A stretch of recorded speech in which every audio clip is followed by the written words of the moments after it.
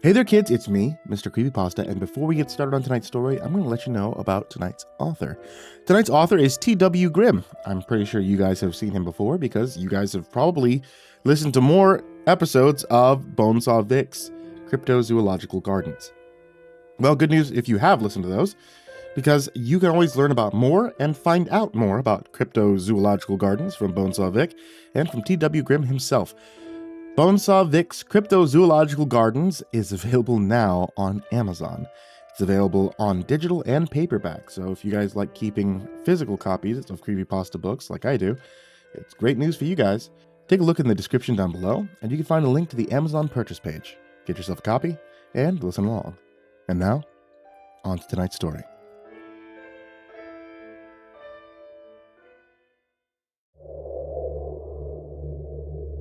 True crime has always been a hot topic across a wide variety of media. People are morbidly fascinated by the dark side of human nature, to the point where real-life accounts of murder and mayhem have become their very own genre. It's not hard to see why people are captivated by the grim stories recounted in this ever-widening sprawl of books, documentaries, and podcasts. In my opinion, this brand of horror is easily the most frightening kind because these heinous events and deeds actually occurred. They can happen, do happen, all the time, every single day. And the victims are most often regular, everyday people. Just like you and me.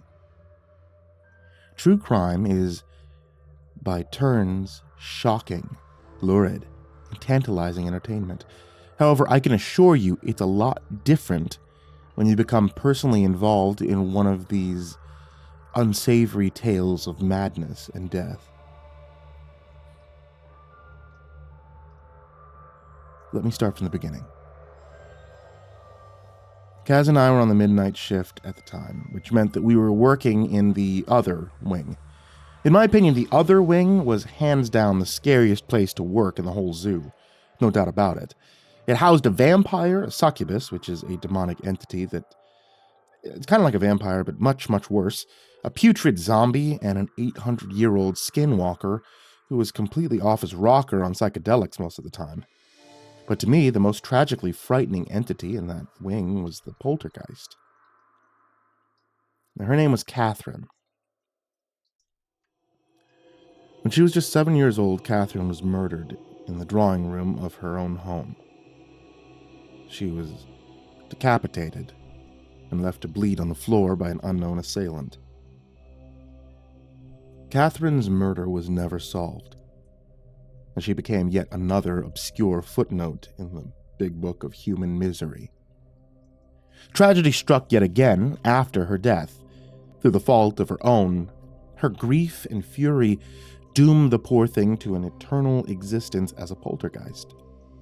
This particular brand of spiritual entity has the ability to manipulate physical objects, and they're notorious for their tendency to violently lash out against the living. For the most part, they lack the psychic energy to do more than just open the cupboard doors and knock over a few dishes. Catherine, however, was a rather extreme exception. Her spirit was right full of piss and vinegar. By the time I started working for Vic at the zoo, she was officially responsible for 3 grisly deaths, 4 mental breakdowns, and dozens of physical injuries. These ranged in severity from scratches and slight bruising to crippling compound fractures and internal bleeding. Long story short, Catherine was no joke. She could kill you, and she would kill you, and most important of all, she actively wanted to kill you. The only way to ensure your safety was to watch her every movement in the reflection of a silver-backed mirror. As long as you could see her in the mirror, she would be rendered unable to attack. The second you lost track of her in the mirror, you were in very deep shit. Needless to say, the caretakers only entered her habitat if it was absolutely necessary. Seeing as how she was a ghost, there wasn't much you could do for her anyway. One of us would pop in to do some quick vacuuming and dusting every few weeks. That was about it. Poor, angry little Catherine absolutely did not want any interaction with the living. Until I came along. All prior attempts at communication had been unsuccessful. Catherine would just stand there and hold her severed head in the air, silently glaring at the interloper, with murder in her eyes. That all changed in the wee hours of a Tuesday night shift. For the first time in 8 years that she'd been at the zoo, Catherine spoke to someone. And the person she chose to speak to was none other than yours truly, Billy Whitebread, the caretaker's assistant. This is the story of how Casimir and I teamed up to solve the mystery of Catherine's murder. Pull up a chair, make yourself a drink. You're probably going to need it.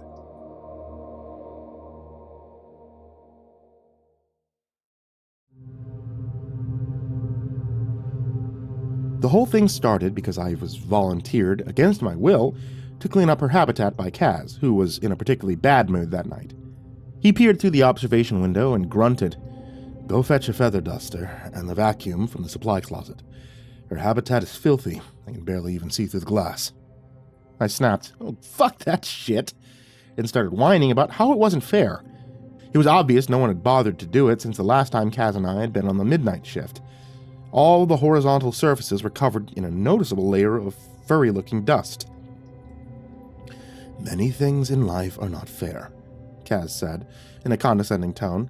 "It is not fair that certain people are obscenely rich, while many others are very poor. It is not fair that good people die young, and so many bad people live to see their golden years. And yes, it is not fair that it must be you who cleans the poltergeist's habitat once again. However, I am in a foul mood tonight, and I do not give a shit. Go get the damn feather duster." I growled, "Fuck you too, Rasputin." But I stomped over to a supply closet and did as I was told. It was our second week of a particularly grueling block of midnight shifts, and we were both grumpy and tired. However, one of us was a former Special Forces agent, and it certainly wasn't me. He was also technically my immediate superior, but neither of us cared about that anymore. At that point, we were both just trying to remain unseen in an increasingly volatile environment. As I recall, that week was a rough one in general. It started with 2 people getting killed by Salvatore the vampire. The incident was done and over before anyone could even begin to react. The film crew were working with Sal and his habitat that night. One of the caretakers, who were acting as zoo ambassadors that week, had gotten distracted by the filming process. It was only a few brief moments, but that was long enough for Sal to capture the mind of the boom operator. The assistant turned around just in time to see the boom operator throw his silver chain onto the floor, and then all hell broke loose. The starving vampire slammed into him like a freight train, and the poor guy's blood was splashed across the wall in a hot spray of crimson. The assistant panicked and jumped on Sal from behind, making him scream in agony as the silver chain pressed into the vampire's back. Salvatore flung the would-be rescuer across the entire length of the room, and he slammed into the opposite wall with brutal force. All of his internal organs disintegrated on impact, along with the majority of his bones. The best thing you could say about the entire mess was that both victims died almost instantly. When the security team made their entry 70 seconds later, they could barely identify the bodies as being human. The boom operator's body was in the worst shape of the 2 dead men. His remains had been completely torn apart. He was literally rendered limb from limb during the attack. Salvatore was standing nearby, dripping with blood from head to toe. According to the other caretaker who was present in the room, as the rescue team backed him into a corner with their squirt guns, Sal kept moaning, "Hell is so fucking good. So fucking good." All the other crew members who were present that night immediately quit, and they stormed out into the parking lot. One of Victor's security goons made them go back inside at gunpoint. During the ensuing uproar, phone calls were made to both Victor and Nick McKnight, the film's director. Nick and Victor arrived at the zoo at almost the same time. They got into a heated argument in the lobby, which rapidly turned into a furious screaming match. Vic ended up pinning the director to a wall by his throat. It took 4 people to pry him off. Vic and Nick continued to shout at each other as Victor was dragged away by two of his own men, who he repeatedly referred to as a couple of dime store cocksuckers, as he disappeared from view. 2 minutes later, they were having a drink together in Vic's office, talking and laughing like a couple of old friends. I guess Victor had finally met someone who was as narcissistic and self-centered as himself. They came out to the lobby together and announced that work would continue on as scheduled. The crew started to yell at them both, and Victor silenced them by brandishing a pistol. He bellowed, "Yeah, I don't want to hear any more about it.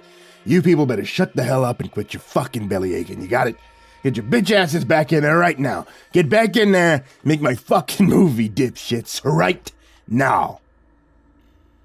Everyone scrambled to obey, Casimir and myself included. The atmosphere around the zoo was thick with fear and paranoia for the next few days. Victor didn't come back, but Nick made a point to stop in every night and hang around for a while. Outwardly, he seemed cool, worldly, sophisticated. But Nick McKnight emanated a sleazeball vibe that I quickly decided I wouldn't trust that guy as far as I could throw him.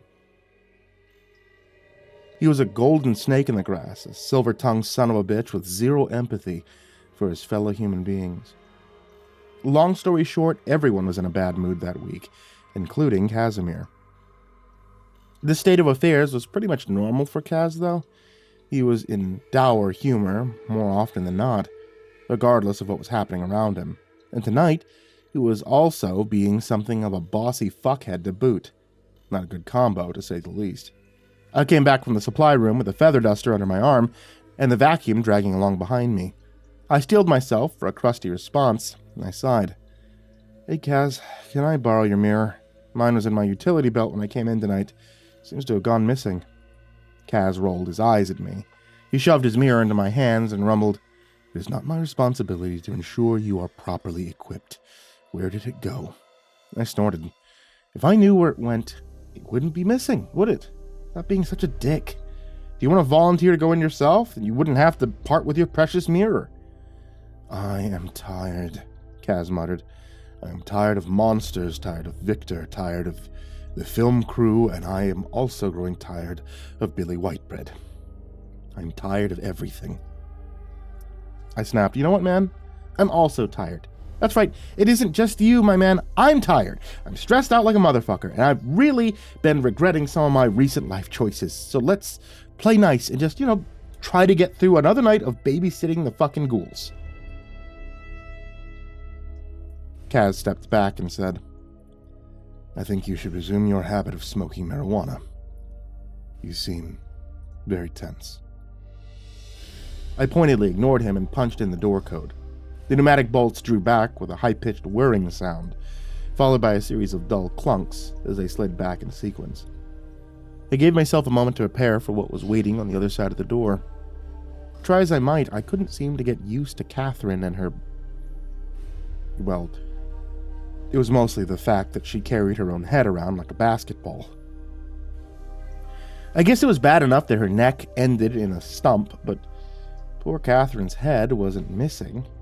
She carried the fucking thing around in her arms, and that was somehow far worse. I saw her favorite rocking chair creaking back and forth on the far side of the room, but I checked in the mirror to make sure she was there just in case. It was her, all right. Sitting in her child-sized rocking chair with her head in her lap. I hastily dusted the furniture and vacuumed the carpet, keeping a close eye on Catherine in the mirror the entire time. She watched my every movement from her vantage point on her own lap, her face contorted with murderous rage. It was seriously disturbing, and I didn't like it one bit. I just got done vacuuming when Catherine decided it was time to break her silence. As I was unplugging the power cord from the wall outlet, Catherine hopped out of her chair and walked over to the vacuum. She pulled out the bag, and much to my dismay, she tore it open, dumping the contents all over the bare floorboards beside the carpet. I groaned. "What the fuck is that all about? Come on, give me a break over here." Cradling her head under one wispy arm, Catherine knelt down and traced something in the dust with her free hand. When she was finished, she backed away from the dirt pile and beckoned me with a curled finger. I turned to the speaker on the wall and called out, "Are you seeing this, Kaz? She ripped open the vacuum bag and wrote something in the dust. I think she wants me to look at it." Kaz's voice cracked over the speaker. "Go see what it is." I looked at the dead girl's message in the dust, and I felt the prickle of sudden goose flesh popping up on the back of my neck. In straggling lines of printed block letters, Catherine had written, "The person cut my neck." Beneath this, the dead girl had scrawled two small and completely devastating words with her ghostly fingertips. "It hurts." I stared at those two words with mounting horror. I whispered, "Fucking hell." I made eye contact with Catherine in the mirror, and I asked her, "Who did this to you? Which person are you talking about?" Her lips moved, but no sound came out. She drifted closer, and I backed away to give her plenty of room. As I stood there and watched, 3 more words appeared in the dust. "The Bookman." I didn't understand what that meant, but I was chilled to the bone. Catherine's pallid little face was giving me a pleading look from between her hands. I shook my head and murmured, I don't know who that is." Her face scrunched up in frustration. She suddenly whirled around and threw a wooden chair across the room and burst against the wall with a loud bang and a shower of splinters. She let out a silent scream, and then she crumpled onto the floor and faded away. Kaz hit the intercom button and asked, "What does it say?" I muttered, "The person cut my neck." Then she wrote, "It hurts." When I asked her who the person was, she wrote, "The Bookman." Kaz took a few seconds to absorb the information. He clicked the switch again and said, "I wonder who this Bookman is. I wonder if he faced justice when he was still alive." I croaked, I don't know, but I kind of doubt it. I have a feeling that's the reason Catherine's still stomping around on this side of the horizon. I mean, the thing is, too much time's passed between then and now. It's too late." At the end of the shift, I suddenly realized that maybe it wasn't too late. I thought about it as I drifted off to sleep in the morning. And when I came back in for my shift that evening, I had a plan. I knew how I could release Catherine from her suffering. With the help of Falling Sky, I could solve her murder.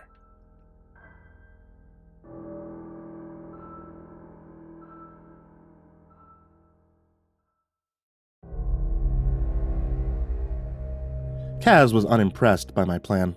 He bluntly told me, "This is a fool's errand.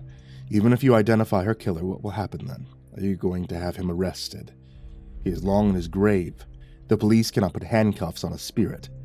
What do you hope to achieve?"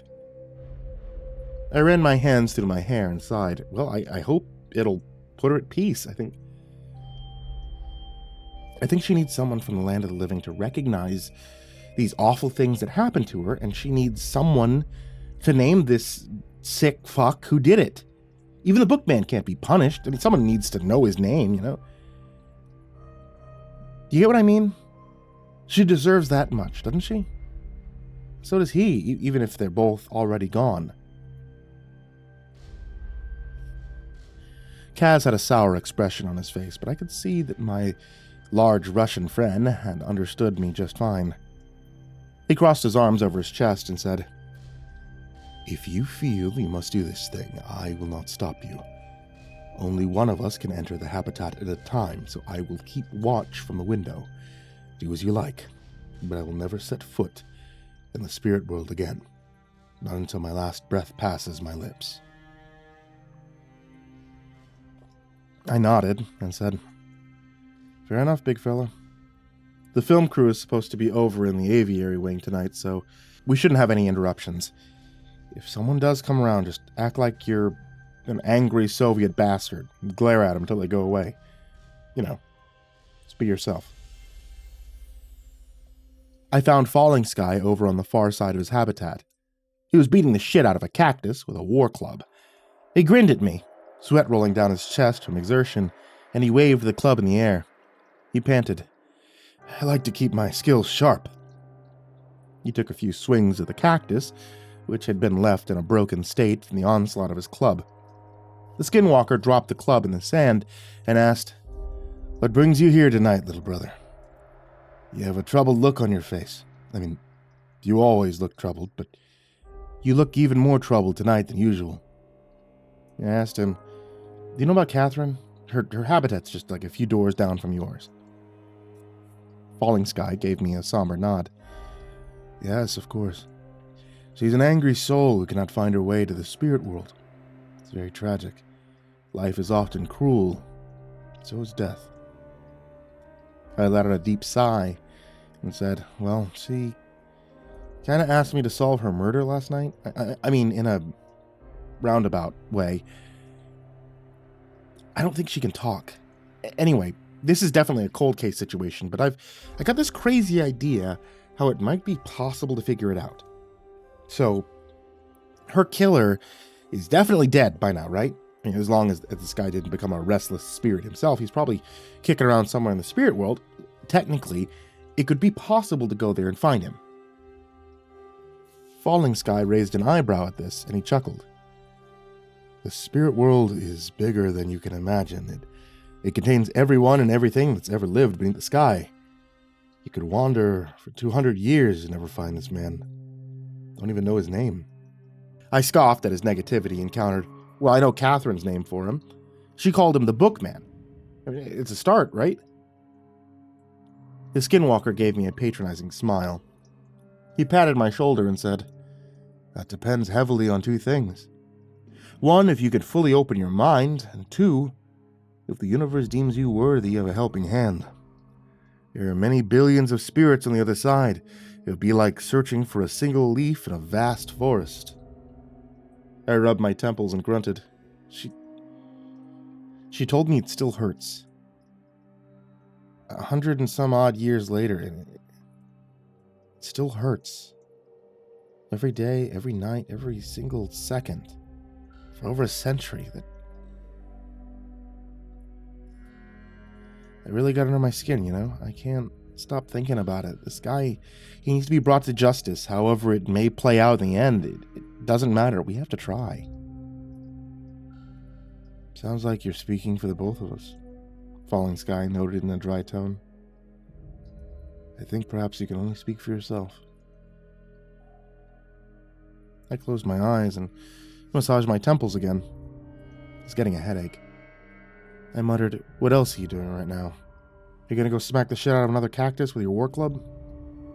"I'm willing to drink another mug of that horrible tea if it could possibly help this girl. Just thinking about it makes my stomach turn. But I'm willing to do it. What's your excuse?" A slow grin spread across his face. Falling Sky clapped me on the shoulder again and boomed, "You have a pure soul, Billy Whitebread. I can't let such a brave warrior face this evil alone. Well, eagle or bear? Which do you choose?" I grimaced at him and snapped, "Look, you can come along or stay here, but I'm not going to take on the form of an animal. It's a bunch of pseudo-spiritual horse shit. Don't be such a corny douchebag. This isn't a movie. Going to the spirit world is serious business, isn't it?" Falling Sky smirked at me and said, "You don't even know what to do when you get there, but now you're suddenly an expert. How can anything be serious when your name is Billy Wheatbread?" I gave him the side eye and grumbled, "The name's Billy Whitebread, okay? I don't call you Sinking Clouds or something, do I? Yeah, you didn't like that, did you? I could kill you in a heartbeat." the skinwalker muttered, and he started stomping over to his Hogan. Don't forget that. I could turn into a mountain lion and rip your face off. I gave my new friend a strange smile and said, Stop grumbling and make the tea. You've got a murder to solve.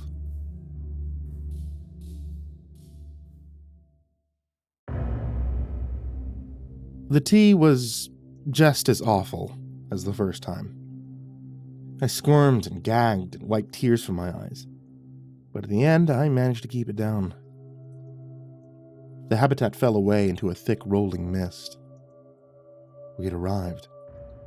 I gave Falling Sky an annoyed look and asked, Can you please change back into a human being? You don't need to be a bear right now, do you? It's not helpful. Falling Sky shot back a quavering falsetto. Oh, can you please change back into a human being? It's not helpful. I rolled my eyes and said, Quit being a tool. It's just kind of weird and unnecessary, that's all. He snapped, Mind your own business, Billy Cornbread. I'd rather be a bear than a pasty white cry monkey. Okie dokie, dickhead. Real mature. Fine, go ahead, be a stupid bear. Hell, turn into a frickin' pelican. If it makes you happy. Fuck, you're so weird. The skinwalker gave me a baleful look and said, Better to be weird than normal. Normal people will never know the joy of taking a shit when you're flapping your wings at 4,000 feet. Just sticking your backside into the abyss, letting it rain down. No, that is freedom. He started to amble away in some random direction. I called out, Where are you going? Falling Sky looked over his shoulder and yelled back, How the heck should I know? This is your adventure, not mine. All I know is if you're trying to find something, you have to look for it. So that's what I'm doing. I muttered, Fair enough. And I followed him into the roiling mist. As we plodded along through the dull and featureless landscape, I found myself having second thoughts about the viability of this plan. Was I wrong? Was this actually a stupid fucking idea? For some unknown reason, I had imagined I'd be stumbling across a series of clues and a cast of zany characters, encountering danger and intrigue as I navigated through a fantasy landscape. This, however, was the exact opposite. There were no clues, no zany characters, no fantasy landscape. It was just a whole lot of thick, gray fog everywhere I looked. It was excruciatingly boring, and it sucked. It was the polar opposite of an adventure. I tapped Falling Sky on his fluffy hindquarters and muttered, I think you're right, man. How are we supposed to find anything in this fog? The skinwalker looked back at me with a shocked expression. He growled, Did you just touch my ass? I sputtered, What? No, I mean, yeah, but I did. Oh, don't you look at me like that. I wasn't thinking of it as your ass. It's like, it's a big round bear butt, not a human butt. It's different. His eyes narrowed and he rumbled, Not to me, it isn't. Hands off my bear butt, Billy. Who's the weird one now? I threw my hands up and yelled, Fine, I won't touch your ass anymore. Happy? Look, I'm starting to think that maybe you were right. Okay, this was a waste of time. There's nothing for miles except for this shitty fog and nothing else at all. This is bullshit. Falling Sky gave me a pitying look, which was a very strange expression to see on the face of a bear. He snorted, What fog? I see the sun, the blue sky, a grassy plain that stretches for days in every direction. I think you're seeing the fog of your own clouded mind, little brother. You have to let go of reality, throw it aside, fall into the abyss. I closed my eyes, and I imagined I was clinging to a rope. The world of normal things loomed above, and the world of the fantastic lurked below. I imagined the coarse texture of the rope against my palms, and the strain in my arms from suspending my body weight above the abyss, and then I imagined letting go of the rope and plummeting into thin air, tumbling headlong into a place where space and time were meaningless. It was frightening, but it was also exhilarating. And I opened my eyes. The fog was gone. I was standing on a street corner somewhere in the distant past. I watched as milling crowds of men wearing dark suits rushed into their various destinations, interspersed with women shuffling along in their tight corsets and bustle skirts. A shoe shine stand was set up nearby, and a tiny scrap of a kid who was maybe 8 years old was buffing a man's shoes as he read the newspaper. No one seemed to notice the long-haired young man in the Kevlar suit. And they also failed to notice the bear standing beside him. I whispered, "Can't they see us?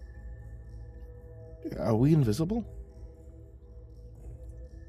Falling Sky murmured back, "They aren't really here. They're asking the universe to help you, and this is how it responded. It's like watching a movie, but you aren't sitting in the audience." I gave him a surprised look and said, I didn't think you'd know about movies. Aren't you, like, 800 years old?" The skinwalker grunted. "I wasn't captured until 1988. I saw a lot of movies. I saw RoboCop in the theater." I wandered over to the shoeshine stand and peered at the headlines in the man's newspaper. It was an article about the new president, a former governor of New York named Grover Cleveland. The date on the first page of the newspaper was June 27th, 1885.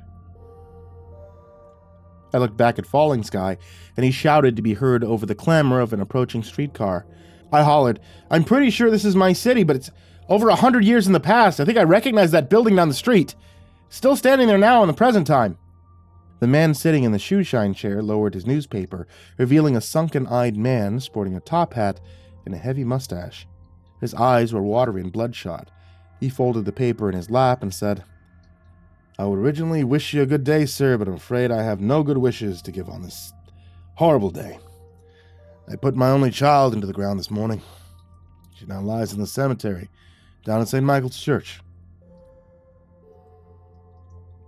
I stood there and gawked at him until the horse-powered streetcar squealed its way past. When it was gone, I stammered, "Are you Catherine's father?"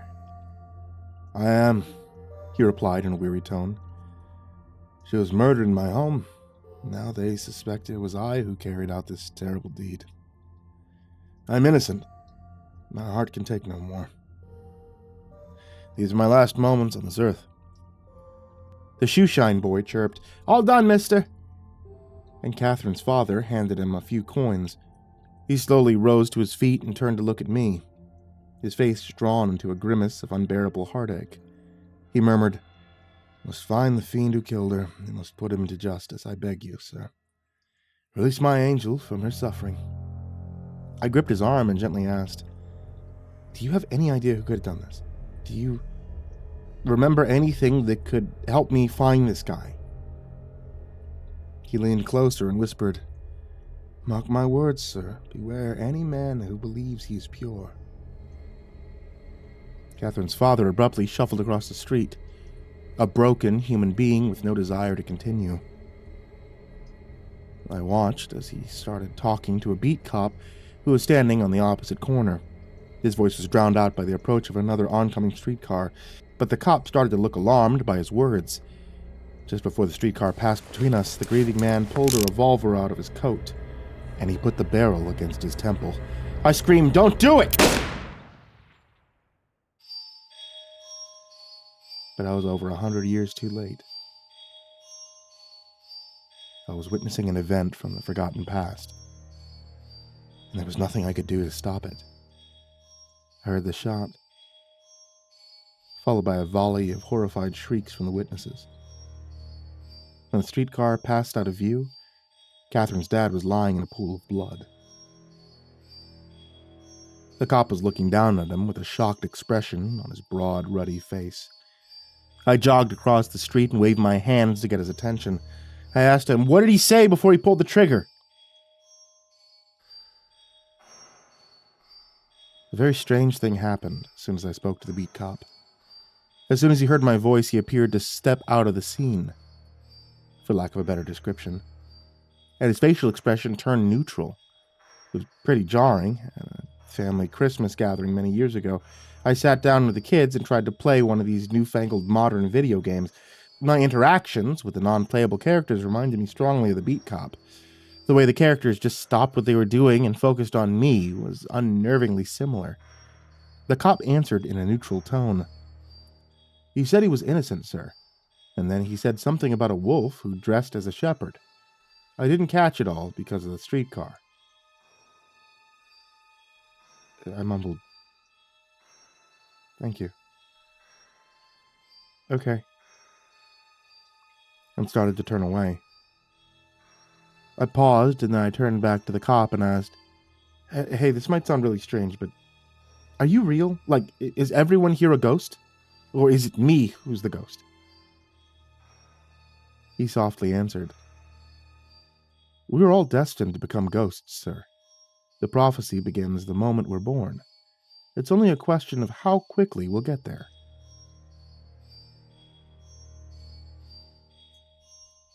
I gave him an awkward nod and said, "Okay, yeah, good point. Thanks." He immediately fell back into the horrifying scene around him, as if I no longer existed. I ran across the street to join Falling Sky, who was hunkered down on his haunches, impatiently waiting my return. I ran my hands through my hair and gasped, "See that? Holy shit, man, I didn't see that coming, like, at all. Well, I guess that rules out her dad." "Perhaps he did it to escape the misery of his guilt," the skinwalker pondered. "But maybe not. That remains to be seen." I looked around us and grumbled, "Now what? Where do we go to next?" Falling Sky stood on his hind legs and lifted his paws skyward. He said, "Ask the universe. If she's feeling kind, maybe she'll give you a sign." I shrugged and said, "Well, it can't hurt, I guess." "Hey, universe! I'm trying to do a good deed over here, but I'm a little stuck at the moment, you know? I don't know what to do next. I need a sign." As the last words exited my mouth, the town clock began to toll in the distance. I pointed in the direction it was coming from and exclaimed, "Bells! So, what has a bell? Churches have bells." He said they buried her in the cemetery at St. Michael's Church. It's probably right there on the church grounds. I think the universe is telling us to go nose around at the church. I don't know, maybe I'm just being stupid right now, but I feel like I'm on the right track. What do you think?" Falling Sky's muzzle cracked open a wide yawn. He treated himself to a big stretch and then said, "I have no opinion. I already told you, this is not my adventure. I'll follow, but it's up to you to lead the way." I grudgingly said, "Fine. I mean, you're the ancient witch doctor who regularly visits the other side, and I'm just some naive kid who's never even left my home state. But sure, I'll lead the way." He gave me a snarky look and muttered, "Then start leading, Billy Whitebread. Go ask someone where we can find this church." I shot him a sullen look, then stepped into the flow of foot traffic at the side of the street. I chose some random lady in her stupidly bulky dress and elaborate bonnet, and I stepped in front of her as she was shuffling past. She stopped cold in her tracks, staring at me with the same disturbingly smooth, neutral expression as the beat cop. I said, "Sorry to disturb you, ma'am, but me and my talking bear are looking for St. Michael's Church. Can you tell me where it is?" She didn't even give me a second look. She just replied, "Yes, of course." She pointed with a daintily gloved hand. "Just head that way until you hit Elgin Street. Turn left, and it'll be another 5 minutes or so down the street." I performed a deep bow and said, "Thank you very kindly, madam." Her face went blank, and she serenely continued on her way as if she hadn't just been accosted by a strange young man and a bear. I watched her go with a bemused look, and I shook my head. I said to Falling Sky, "I don't know, man, I just can't see things the same way I did before I knew about skinwalkers and the water nymphs and, like, all this other weird shit. They say truth is stranger than fiction, but I'm starting to think they're the same thing." I surprised us both with the bitterness in my voice. Falling Sky asked, "Are you feeling okay over there, Billy? You shouldn't be tripping in the spirit world with a heavy heart. It could be dangerous." I rubbed my temples and snapped, "I'm fine, don't worry about it. Let's go find this church and, I guess we'll see what happens." Falling Sky didn't look convinced, but he chose to let it go. He said, "And lead the way, Billy Whitebread. As long as you understand that something's waiting for us at the end of our journey. Can you feel it? Someone knows we're here, and they're not very happy about it." The skinwalker was right. I could feel an oppressive force gathering in the air. A malignant presence was waiting somewhere down the line. and it was fucking furious that we were there. I murmured, "It's the bookman. He doesn't want anyone to know his real identity. I think he's scared too. He's scared to face the justice he avoided when he was still alive." Falling Sky nodded his shaggy head in agreement. He growled, "I hope we'll be able to deliver that justice, Billy Whitebread. I hope for it very much."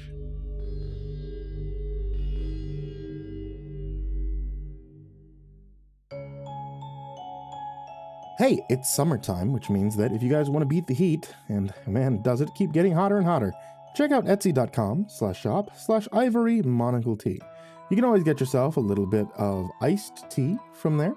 I think using a darker tea like the Dark and Stormy Night you can be able to get, which is the MrCreepyPasta themed one. It's kind of perfect doing like a dark sweet tea, and I don't know, maybe it's the Texas man in me, but a sweet tea is great in the hot summer. Once again, that's etsy.com/shop/ivorymonocletea. As always, I want to give a very big thank you to everybody out there on patreon.com/MrCreepyPasta.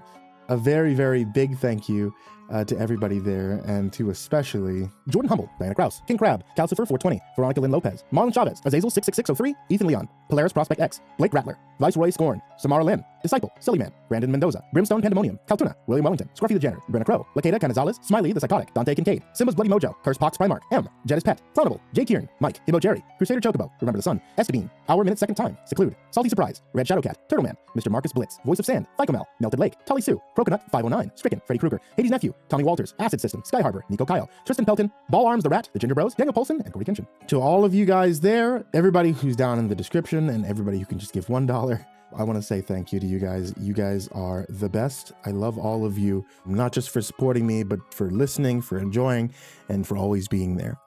And if you would like to join this list in the description, or this list of names that I terribly mispronounce, head over to patreon.com/MrCreepyPasta. And now, sweet dreams.